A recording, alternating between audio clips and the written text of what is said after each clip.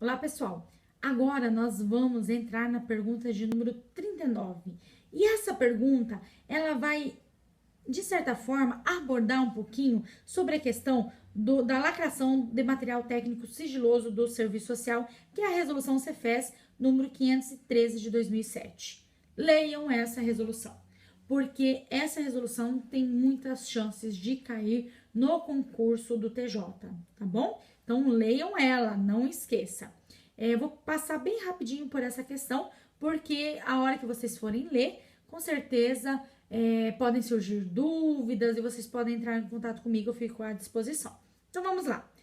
A respeito da resolução Cefes número 513 de 2007, que descreve os procedimentos adotados para efeito de lacração de material técnico sigiloso do Serviço Social, pode-se afirmar: a. Em caso de demissão ou exoneração, o assistente social deverá repassar todo o material técnico ao assistente social que irá substituí-lo. Na impossibilidade de fazê-lo, deverá repassar o material à instituição empregadora, que o usará e o guardará. Esse finalzinho está errado, pessoal. Na impossibilidade de fazê-lo, o material será lacrado na presença de um fiscal ou representante do CRES. Não vai ser dado para representante da instituição que irá utilizá-lo, nada a ver, tá bom? Então, tem que ser lacrado na presença de um representante ou um fiscal do CRES. B. Na impossibilidade de repassar todo o material técnico à instituição empregadora, o material deverá ser lacrado na presença de um representante da instituição. Acabamos de falar, né? Que tem que ser lacrado na presença de um representante do CRES ou do fiscal do CRES. Para somente vir a ser utilizado pelo assistente social substituto, quando será rompido o lacre, também na presença de um representante do empregador? Não, na presença de um representante do CRES ou do fiscal do CRES. Então está errada essa alternativa. C. Quanto ao deslacre do material, este deverá ser feito pelo empregador? Lógico que não, né, pessoal? Que entregará ao novo profissional contratado uma lista de todos os documentos sob sua guarda, fazendo em conjunto a conferência destes. Também está equivocada essa alternativa aí. O deslacre do material não vai ser feito pelo empregador, tá bom? Vamos lá. D. O assistente social contratado receberá e conferirá com o empregador os documentos recebidos e remeterá logo em seguida relatório circunstanciado do ato do rompimento do lacre ao Cefes, declarando que passará a se responsabilizar pela guarda de sigilo do material. Na verdade, é assim, ó, quando tiver impossibilidade do fiscal do CRES, ou representante do CRES, comparecer, o material será deslacrado pelo assistente social. E esse assistente social encaminhará relatório circunstanciado do ato do deslacramento, né, para o CRES, não para o Cefes, beleza? Então, essa alternativa está errada também. E, em caso de extinção do serviço social da instituição, os arquivos poderão ser incinerados, correto, pelo profissional responsável, correto, até aquela data, correto, por este serviço, correto, que também procederá à imediata comunicação por escrito ao CRES, correto. Ou seja, a alternativa correta é essa alternativa E. No caso de extinção do serviço social da instituição, o material ele pode ser incinerado pelo profissional responsável até aquela data, pelo setor de serviço social, pelos documentos do serviço social. Mas só que tal ato tem que ser comunicado para quem? Para o CRES, de forma escrita. Então, a alternativa correta é a alternativa E. Vamos lá para a pergunta de número 40. A resolução Cefes, número 493 de 2006, vocês têm que ler essa resolução também. Vocês precisam ler essa resolução, porque essa resolução tem grandes chances de cair nesse concurso também. Dispõe sobre as condições éticas e técnicas do exercício profissional do assistente social. Segundo a resolução, assinale a afirmação correta. A. O local de atendimento destinado ao assistente social deve ser confortável, ventilado, arejado e permitir que o usuário não se sinta prisioneiro. Por isso, na medida do possível, deve possibilitar que externamente se veja o que acontece na sala do serviço social. Nada a ver, pessoal. Inclusive, isso não é citado em nenhum momento nessa resolução, tá bom? B. O arquivo do material técnico utilizado pelo assistente social não poderá estar em outro espaço físico pois seu uso e acesso deve ser restrito aos assistentes sociais? Pode estar em outro espaço físico? Pode, desde que o arquivo tenha chave, né? Possa guardar o material de caráter sigiloso. Então, essa alternativa também está errada. C. Cabe aos conselhos regionais o monitoramento das condições éticas e técnicas de trabalho do assistente social. Por isso, o assistente social deve aguardar a visita do conselho para solicitar mudanças nas inadequações constatadas? Lógico que não. Se o assistente social ele vê que ele não tem condições éticas e técnicas para exercer a sua profissão, ele precisa comunicar imediatamente, por escrito, à instituição empregadora. Não tem que ficar esperando o CRES chegar para fazer qualquer comunicação, tá bom? Então, está errada essa alternativa. Caso o CRES não cumpra as exigências previstas pelo CAPT ou pelo parágrafo 1º do artigo 7º da resolução, omitindo-se ou sendo conivente com as inadequações existentes no âmbito da pessoa jurídica, será notificado pelo Ministério Público a tomar as medidas cabíveis sob pena de apuração de sua responsabilidade ética. O Ministério Público não é ele que vai estar notificando o pessoal. Então, essa alternativa está errada. E o atendimento efetuado pelo assistente social deve ser feito com portas fechadas, de forma a garantir o sigilo. Sem dúvida nenhuma, essa alternativa aqui está correta. O atendimento feito pelo assistente social tem que ser realizado de portas fechadas, objetivando garantir o sigilo profissional. Tá bom? Então, a alternativa correta é a alternativa E. 41. Segundo Mírios Veras Baptista, a planificação no processo de planejamento... Opa! Leram? Obrigatoriamente precisa ler este livro, Planejamento Social. Esse livro cai em tudo quanto é concurso. E a PUC Paraná ama este livro. Tá bom? Vamos lá. Segundo Mírias Veras Baptista, a planificação no processo de planejamento é realizada no momento em que, após a tomada de um conjunto de decisões definidas em face de uma realidade determinada, inicia-se o trabalho de sistematização das atividades e dos procedimentos necessários para o alcance dos resultados previstos. Essas decisões são explicitadas em documentos que representam graus descrescentes de níveis de decisão.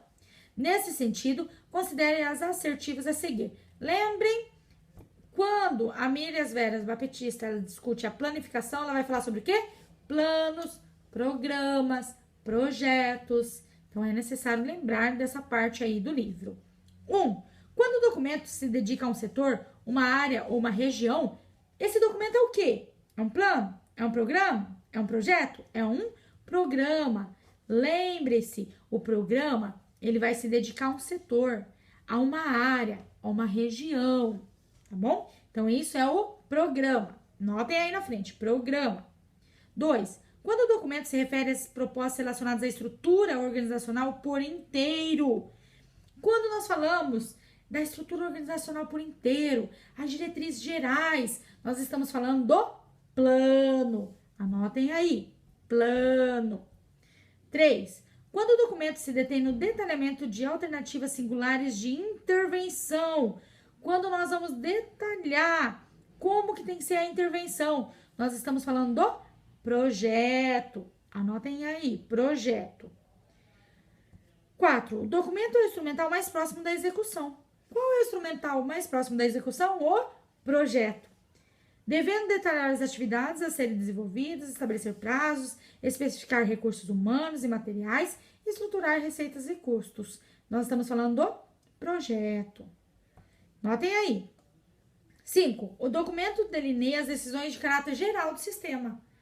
Que documento que vai delinear as decisões de caráter geral do sistema? O plano.